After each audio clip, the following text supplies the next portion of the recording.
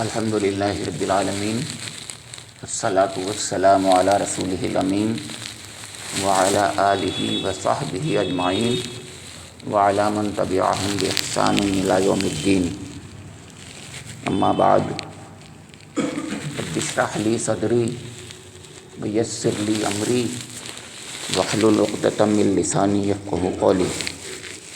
محترم بزرگوں، عزیز ساتھیوں اور میرے عزیز نوجوانوں، السلام علیکم ورحمۃ اللہ وبرکاتہ۔ خلافت راشدہ وہ خلافت جو سب سے زیادہ بہتر دنیا کی مانی جاتی ہے، چاہیں وہ صرف اسلام کے نقطہ نظر سے دیکھا جائے یا دنیاوی نقطہ نظر سے دیکھا جائے، بحیثیت مجموعی یہ خلافت، یہ چار خلیفہ، جس میں سب سے پہلے حضرت ابوبکر صدیق رضی اللہ تعالی عنہ ہیں، دوسرے حضرت عمر بن خطاب رضی اللہ تعالی عنہ ہیں، تیسرے حضرت عثمان بن عفان رضی اللہ تعالی عنہ ہیں، اور چوتھے حضرت علی بن ابی طالب رضی اللہ تعالی عنہ ہیں۔ بحیثیت مجموعی ان سے بہتر خلافت کبھی نہیں ہوئی، لیکن جب ہم یہ کہتے ہیں کہ بحیثیت مجموعی ان سے بہتر کوئی خلافت نہیں ہوئی، تو بھی ہم یہی کہتے ہیں کہ آئیڈیل اس دنیا میں نہیں ہوتا ہے، اس دنیا میں آئیڈیل نہیں بنایا گیا ہے، آئیڈیل آخرت ہے۔ خلافت انسان کو بھی ملے گی، وہاں آئیڈیل خلافت ملے گی، اصلی خلافت اس کو وہاں ملے گی، وہ اصلی خلیفہ وہاں بنے گا، اس کے اندر وہ خوبیاں، اصلی خوبیاں جو ایک مومن کے اندر ہونی چاہیے وہاں ہوں گی، وہ پرفیکٹ ہوگا وہاں پر مومن، وہاں اس میں ایک کمی نہیں ہوگی، ایک دوسرے کو کوئی ذرہ برابر اس میں کدورت بھی نہیں ہوگی۔ قرآن نے کہا ہے ہم ان کی کدورت کو مٹا دیں گے، وہاں لا فیہا قول ولا ھم عنہا ینزفون، کوئی کسی قسم کا کوئی ایک دوسرے کے بارے میں کوئی بری بات نہیں کہے گا۔ یعنی کدورتیں ہوتی ہیں، کبھی کدورت نہیں بھی ہوتی، وہ مذاق میں کہہ دیتا ہے، ہنسی مذاق میں بھی، وہ یہ نہیں سوچتا کسی کی دل شکنی ہو سکتی ہے اس کے اندر۔ تو میں یہ کہنا چاہ رہا ہوں کہ آئیڈیل اس دنیا میں نہیں پایا جاتا۔ ہاں یہ کہہ سکتے ہیں کہ بحیثیت مجموعی دنیا میں سب سے بہتر ایک چیز ہو سکتی ہے، تو میں نے عرض کر دیا کہ خلافت راشدہ اس دنیا میں سب سے بہتر، یعنی بہترین خلافت، بہترین حکومت پائی گئی ہے۔ یہ میں نے بات اس لیے تمہید کے طور پہ کہی کہ لوگوں کے ذہنوں میں یہ خیال ہوتا ہے کہ ایک طرف آپ یہ کہتے ہیں کہ صاحب سب سے اچھی تھی وہ، پھر ان میں یہ آج بتا رہے ہیں جو میں بتانے جا رہا ہوں آج کچھ باتیں، اور وہ تاریخ کا حصہ ہیں۔ میں کیا بتانے جا رہا ہوں، وہ تاریخ کا حصہ ہیں، اور مجھے بتانے کی ضرورت اس لیے پیش آ گئی، میں کبھی نہ بتاتا کہ ہمارے دشمنوں نے ان کے بارے میں اور بہت زیادہ بری باتیں کہی ہیں اور ہمارے ذہن مسموم کر دیے ہیں۔ ہمارے بارے میں یہ کہا جاتا ہے کہ اسلام تو ایک گھنٹے نہیں دنیا میں قائم رہا ہے، یہ کہا ہے ان لوگوں نے۔ اسی علی گڑھ کی باتیں ہیں کہ وہ اتنی بری بری باتیں کہا کرتے ہیں کچھ لوگ کہ وہ یہ کہتے ہیں کہ حضور کی وفات کے بعد آنکھ بونتے ہی جو کچھ بھی حالت بنے ہیں، بہت خراب حالات تھے اور کوئی بھی نہیں ٹھیک تھا، بہت خراب باتیں میں نے اپنے کانوں سے سنی۔ ایسی بات نہیں ہے، دنیا میں ریئل کچھ چیزیں ہوتے ہیں، کچھ فیکٹرز ہوتے ہیں۔ تو میں پہلے تو یہ عرض کروں گا کہ وہ دنیا میں جس کی وجہ سے فتنے پیدا ہوتے ہیں، وہ فیکٹرز تین طریقے کے ہوتے ہیں، تین عوامل ہوتے ہیں، تین فیکٹرز ہوتے ہیں میجر۔ ایک ایکسٹرنل فیکٹرز ہوتے ہیں، ایک انٹرنل فیکٹرز ہوتے ہیں، ایک پرسنل فیکٹرز ہوتے ہیں۔ حکومت میں ایکسٹرنل کچھ فیکٹرز ہوتے ہیں، حکومت میں انٹرنل فیکٹرز ہوتے ہیں، حکومت میں حکمراں کے کچھ پرسنل فیکٹرز ہوتے ہیں۔ حضرت عمر بن خطاب رضی اللہ تعالی عنہ کا زمانہ جو آئیڈیل کے بالکل قریب ہے، جس کا ذکر میں کر چکا، بہترین زمانہ ہے، خلافت کا بہترین زمانہ ہے۔ لیکن وہ حضور نبی اکرم صلی اللہ تعالی علیہ وسلم کے قریب بھی ہے۔ صحابی اسی لیے صحابی کہا جاتے ہیں کیونکہ حضور کی صحبت ان کو نصیب ہوئی ہے ایمان کی حالت میں، حالت ایمان میں حضور نبی اکرم کو انہوں نے پایا ہے، ان کی زندگیاں ایمان سے منور رہی ہیں اور حضور نبی اکرم کی صحبت پاک کا فیضان ان کو ملا ہے۔ لیکن جیسے جیسے دوری ہوتی جاتی ہے، میں اس پر ایک مثال آپ کو دینا چاہتا ہوں۔ پہلے یہ حضرت حنظلہ کی مثال ہے، جو حضور نبی اکرم محمد مصطفیٰ صلی اللہ علیہ وسلم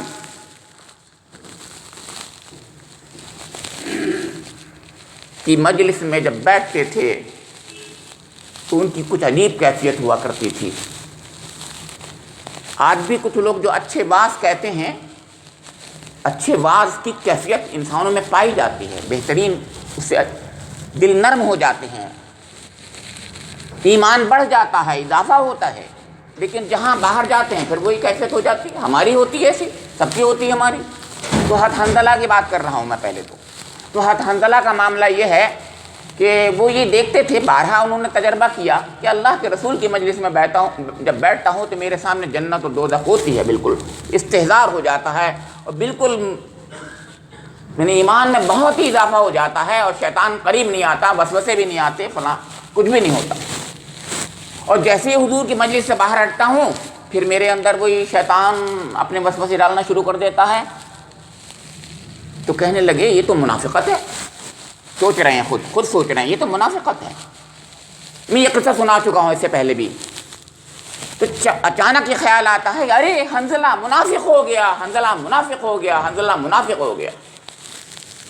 دوڑتے چلے جاتے ہیں، راستے میں حضرت ابو بکر صدیق رضی اللہ تعالیٰ عنہ ملتے ہیں، کہتے ہیں کیوں بھاگے جا رہے ہو حنظلہ؟ کہنے ہیں میں حنظلہ تو منافق ہو گیا۔ حنظلہ منافق ہے، کیا بات ہے؟ کہنے کہ حضور کی مجلس میں ہوتا ہوں تو جنت و دوزخ سامنے ہوتی ہے میرے، اور جب میں حضور کی مجلس سے الگ ہٹتا ہوں تو بالکل دوری ہو جاتی ہے، میرا ایمان بالکل گر جاتا ہے، یہ تو منافقت ہے، حنظلہ منافق ہو گیا۔ تو حضرت ابو بکر کہیں یہ کیفیت تو میری بھی ہوتی ہے، تو وہ بھی ساتھ بھی چل دی ہے۔ اس کے بعد حضرت عمر رضی اللہ تعالیٰ عنہ ملے، ان سے بھی یہی کہا، وہ بھی کہنے لگے میری بھی کیفیت یہی ہوتی ہے، یعنی حضور کی مجلس میں کچھ اور ہوتا ہوں میں اور حضور کی مجلس سے باہر کچھ اور ہو جاتا ہوں میں، تو اس کا مطلب میرے اندر بھی منافقت ہے۔ یہ تینوں کی بات کر رہا ہوں میں۔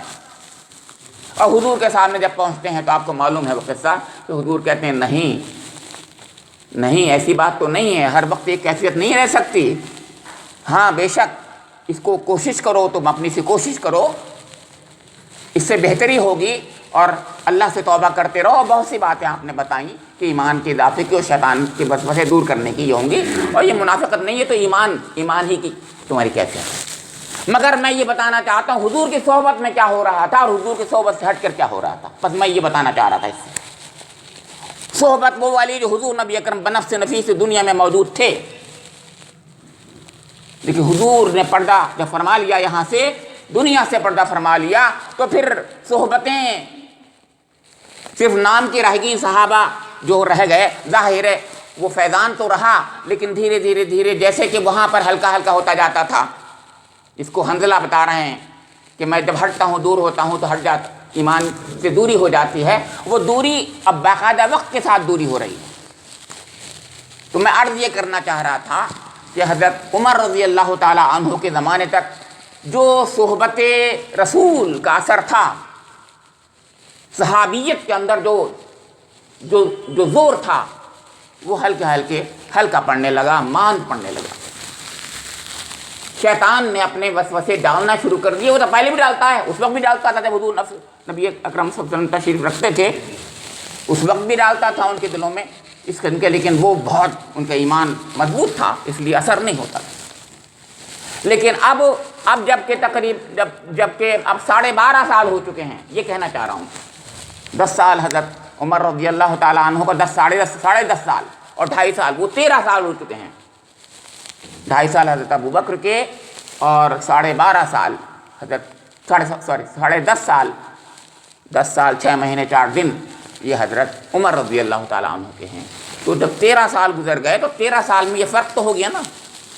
یہ میں فیکٹر بتا رہا ہوں، اثر کیا ہو رہا ہے ایمان کے اندر، یہ ایمان کا گراف گر رہا ہے، بحیثیت مجموعی ایمان کا گراف گر رہا ہے۔ صحابی تو ہیں لیکن وہ ان کی عمر بڑھ رہی ہے، وہ بوڑھے ہوتے چلے جا رہے ہیں، بوڑھے ہونے کی وجہ سے وہ گوشہ نشین بھی ہو رہے ہیں، وہ سامنے آ کر لوگوں سے جو ہے من رأى منکم منکرا فلیغیرہ بیدہ والی حدیث پر عمل نہیں کر پاتے۔ کسی برائی کو دیکھو تو پھر اس کو اپنے ہاتھ سے روک دو۔ فإن لم یستطع فبلسانہ، اگر اس کی استطاعت نہ ہو تو زبان سے روک دو۔ فإن لم یستطع فبقلبہ وذلک اضعف الایمان، اور اگر اس کی بھی استطاعت نہ ہو تو اپنے دل سے برا سمجھو، یہ ایمان کا کمزور ترین درجہ ہے۔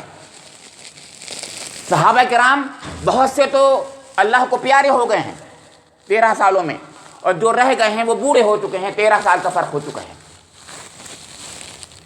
شیطان اپنے جال بچھا رہا ہے۔ میں یہ کہنا چاہ رہا ہوں، فیکٹر بتا رہا ہوں، فیکٹر یہ جنرل فیکٹرز ہیں، ہر ایک کے لیے بول رہا ہوں۔ یہ فیکٹر وہ ہیں جو چوتھا فیکٹر ہے جس کو میں نے ذکر بھی نہیں کیا۔ یہ 4 فیکٹر جنرل فیکٹرز ہیں۔ اب میں بتاتا ہوں کچھ ایکسٹرنل فیکٹرز۔ ایکسٹرنل فیکٹرز میں یہ ہے کہ حکومت بہت پھیل چکی ہے، جس کا میں ذکر کر چکا، بہت پھیل چکی ہے۔ وہاں سینٹرل ایشیا کے بھی آخر تک پہنچ چکے ہیں لوگ، چائنا کی سرحدوں کے قریب پہنچ چکے ہیں، وہ مصر میں بہت اندر پہنچے، قبرص تک چلے گئے، بہت دور تک، ادھر جو ہے قسطنطنیہ کے بالکل قریب پہنچ چکے ہیں وہ لوگ۔ وہ جو آج کل کا یورپ ہے، اس یورپ کے اندر پہنچ چکے ہیں وہ لوگ۔ تو میں عرض کر رہا تھا اتنی بڑی سلطنت ہے، تو اور حکومت کون کر رہا ہے؟ اسلام کا خلیفہ۔ اور کن پر حکومت کی جا رہی ہے؟ جو غیر مسلم ہیں۔ تو غیر مسلم اور مسلم کے درمیان میں کیا محبت کا ہی رشتہ ہوتا ہے کیا؟ یا نفرتوں کا رشتہ ہوتا ہے؟ میں بات واضح کہہ رہا ہوں، میں کہہ رہا ہوں دنیا میں فطری طور پر کیا ہوتا ہے۔ آپ میں بہت اچھے ہوں گے، کوشش کریں گے تو ضرور ہوتا ہے ایسا کہ ہمارے اندر محبتوں کے رشتے بنتے ہیں۔ لیکن ان جنرل کیا ہوتا ہے؟ ان جنرل شیطان یہی کہتا ہے کہ یہ غیر ہے۔ میں بھی کہتا ہوں، میں یہ نہیں کہہ رہا ہوں کہ میں نہیں کہتا ہوں، ہم بھی کہتے ہیں وہ غیر ہے، وہ بھی یہ کہتے ہیں یہ غیر ہے، دو غیر ہیں۔ تو رشتہ داریوں میں بھی غیر جو ہیں جب بن جاتے ہیں، جس کو غیریت جسے کہتے ہیں، تو اس سے کیا ہوتا ہے؟ نفرتیں بنتی ہیں۔ تو جن پر حکومت کی جا رہی تھی وہ، اور جو حکومت کر رہے تھے وہ، ان کے درمیان میں محبت کا رشتہ کمزور ہوتا چلا جا رہا تھا، اور نفرتوں کے رشتے بڑھتے چلے جا رہے تھے کہ ہمارے اوپر حکومت کر رہے ہیں۔ یہ تو ان میں یہودی بھی تھے، مجوسی بھی تھے، عیسائی بھی تھے، دوسرے اور قومیں بھی تھیں، سب پر حکومت اسلام کر رہا تھا۔ تو کیا وہ محبت کرتے؟ اسلام سے محبت کرتے؟ کہ اگر وہ اسلام سے ہی محبت کرتے تو اسلام کو قبول ہی نہیں کر لیتے؟ سمپل سی بات ہے، اسلام سے محبت کرتے تو اسلام کو قبول کر لیتے وہ، تو انہوں نے اسلام سے محبت نہیں کی تھی، لہذا نفرتیں ہیں ان کے اندر، عداوتیں ہیں ان کے اندر، موقع نہیں مل رہا ہے، کمزور ہیں، تو سازشوں کے جال بنیں گے۔ مجوسی یہ کہتے تھے کوئی ایسی حکومت آ جائے جس سے ہمیں جو خراج دینا پڑتا ہے، ٹیکس دینا پڑتا ہے، کم ٹیکس دیں ہم، سمپل سی بات ہے۔ اور یہودیوں کا تو ایک ہی ہر زمانے کا ایجنڈا ہے، وہ یہ ہے کہ کسی طریقے سے اسلام اور مسلمانوں کے ٹکڑے کر دیے جائیں، ڈیوائڈ کر دیا جائے، ان کے درمیان میں نفرتوں کے بیج بو دیے جائیں، ان کے درمیان میں۔ یہ اس کا ایجنڈا ہر زمانے میں رہا ہے، یعنی مسلمانوں کو کاٹنا، دلوں کو کاٹنا، دلوں کو پاٹ دینا، دلوں میں تفریق پیدا کر دینا، آپس میں نفرتیں پیدا کر دینا، مسلمانوں کے دلوں میں نفرتیں پیدا کرنا، یہ ہے یہود کا ہر زمانے کا ایجنڈا۔ تو سوچئے اب یہ ایجنڈا اس کا جو ہے یہود کا ہے تو بہت کم، آج بھی کم ہے سب سے کم، لیکن آج بھی انہی کا ایجنڈا جو ہے کامیاب تقریباً بظاہر نظر آتا ہے، اور اس زمانے میں اور ہر زمانے میں یہی ایجنڈا کامیاب ہوا۔ چنانچہ مسلمانوں کے درمیان میں نفرتوں کا اضافہ ہونے لگا، اس کا اثر پڑا۔ اور یہ بیرونی باتیں کر رہا ہوں میں، اندرونی باتیں ایک دو باتیں صرف کہی ہیں میں نے، اندرونی باتوں میں اور بھی باتیں ہیں بہت سی۔ مطلب کہنے کا یہ ہے کہ یہ کہہ رہے ہیں کہ قریشی ہیں یہ لوگ، ہے نا، پھر یہ بھی ہو رہا ہے کہ یہ ہاشمی نہیں ہے، یہ بنو امیہ ہیں، آپس میں یہ قبائلی زندگی کا جو ٹوٹ چکا تھا اثر وہ وہاں پیدا ہونے لگا۔ حضرت عثمان رضی اللہ تعالیٰ عنہ بنو امیہ میں تھے، بنو امیہ کے خاندان میں سے تھے، اور میں نے بتایا تھا پچھلی بار کہ عبداللہ بن سبا نے یہی شوشہ چھوڑا تھا کہ یہ خلافت کا حق تو ہے وہ علی بن ابن ابی طالب کو اور ہاشمی خاندان کو ملنا چاہیے، اس لیے نہیں کہ وہ محبت کرتا تھا علی سے، بلکہ وہ تو یہودی تھا، اور یہودی سازشوں کے تحت اس نے ایمان قبول کیا تھا، بظاہر وہ یہودی تھا پکا عبداللہ بن سبا۔ تو اس نے یہ شوشہ چھوڑا کہ یہ امیہ جو ہیں ان کو خلافت کا حق نہیں ملنا چاہیے، لیکن کیسے بیٹھے ہوئے یہ تو۔ اب اس کے اندر اس نے ساری کوششیں کی تھیں اور مصر میں بیٹھ کر اس نے پورا جال بن لیا تھا۔ آخری بات میں بتا کر بات ختم کر دوں گا، ایک پرسنل چیز بھی ہوتی ہے۔ حضرت عمر رضی اللہ تعالیٰ عنہ کے بارے میں نے بتایا تھا کہ حضرت عمر رضی اللہ تعالیٰ عنہ کا مزاج کچھ اس قسم کا تھا۔ اس میں دو باتیں میں بارہا کہہ چکا ہوں اور آج پھر کہہ دوں گا۔ ایک تو یہ کہ اس بات کا وہ خیال رکھتے، بڑی فراست تھی ان کے اندر، بہت بڑی فراست تھی، وہ یہ کہ اپنے خاندان کو انہوں نے ایک بھی عہدہ نہیں دیا، اور اپنے خاندان پر سب سے زیادہ سختی کر دی۔ ابو شہما جو ان کے بیٹے تھے، میں نے بتایا ان کو کوڑے لگائے، اتنے کوڑے لگائے کہ وہ مر گئے بیچارے۔ سب سے زیادہ اپنے خاندان پہ سختی کی، اپنے خاندان میں ایک بھی عہدہ نہیں دیا۔ سمجھ رہے ہیں آپ؟ یہ ایک ایسا فیکٹر ہے جو پولیٹیکلی بہت امپورٹنٹ ہوتا ہے۔ اور دوسری بات یہ کہ حق کے معاملے میں اتنے سخت تھے، جیسے میں نے بتایا نا، ابو شہما کو تم نے کوڑے مارے، ہلکے ہلکے مارے، یہ سمجھ کر کے یہ امیر المومنین کا بیٹا ہے، نہیں یہاں بھیجو۔ مصر میں تھے، بلوا کر کے خود کوڑے لگوا دیے۔ آپ کو پتہ ہے ایسا ہو سکتا ہے کوئی؟ یہ ہیں حضرت عمر رضی اللہ تعالیٰ عنہ۔ دونوں باتیں میں نے بتائی آپ کو۔ اور اس کے برخلاف عثمان غنی رضی اللہ تعالیٰ عنہ نرم دل ہیں۔ نمبر ایک نرم دل ہیں، وہ سخت ہیں، یہ نرم دل ہیں۔ اور دوسری بات یہ کہ انہوں نے خاندان کو ذرہ برابر بھی، ذرا سے بھی رعایت نہیں کی ہے اور ان کو کوئی حق نہیں دیا۔ اور حضرت عثمان غنی رضی اللہ تعالیٰ عنہ قرآن کے اس اصول پر عمل کرتے ہیں، ذوی القربیٰ والیتامىٰ والمساکین۔ ذوی القربیٰ پر عمل کرنے والے ہیں، قرآن کی آیتیں ہیں، قرآن میں ہی کہا گیا ہے، بار بار کہا گیا ہے۔ لیکن ذوی القربیٰ بیچارے اپنے لیے ہی کرتے تھے وہ، لیکن حکومت میں ہونے کی وجہ سے اس وقت خلیفہ تھے تو لوگوں نے یہ سمجھا کہ اپنے اقربا پر زیادہ یہ خرچ کر رہے ہیں اور یہ بیت المال کا پیسہ خرچ ہو رہا ہے۔ حالانکہ کبھی انہوں نے بیچارے نے بیت المال کا پیسہ نہیں لیا، نہ خرچ کیا، لیکن لوگوں نے یہی سمجھا اور شیطان نے اپنی چال چلائیں۔ یہ چار فیکٹرز ہیں۔ اللہ رب کریم مجھے اور آپ لوگوں کو اس بات پر یعنی سمجھنے کی کوشش ہم میں پیدا کر دے، توفیق عنایت فرما دے کہ ہم حق کو سمجھیں اور جو صحیح ہے اس کو سمجھیں۔ اللہ رب کریم مجھے ان تمام خلیفاؤں کے بارے میں وہ محبت پیدا کر دیں، ان کی وہ محبت پیدا کر دے جیسے ان کے شایان نشان ہیں، اور ان کے بارے میں کوئی بھی ذرہ برابر کدورت نہ ہمارے اندر پیدا ہو۔ ربنا تقبل منا انک انت السمیع العلیم، تب علینا انک انت التواب الرحیم۔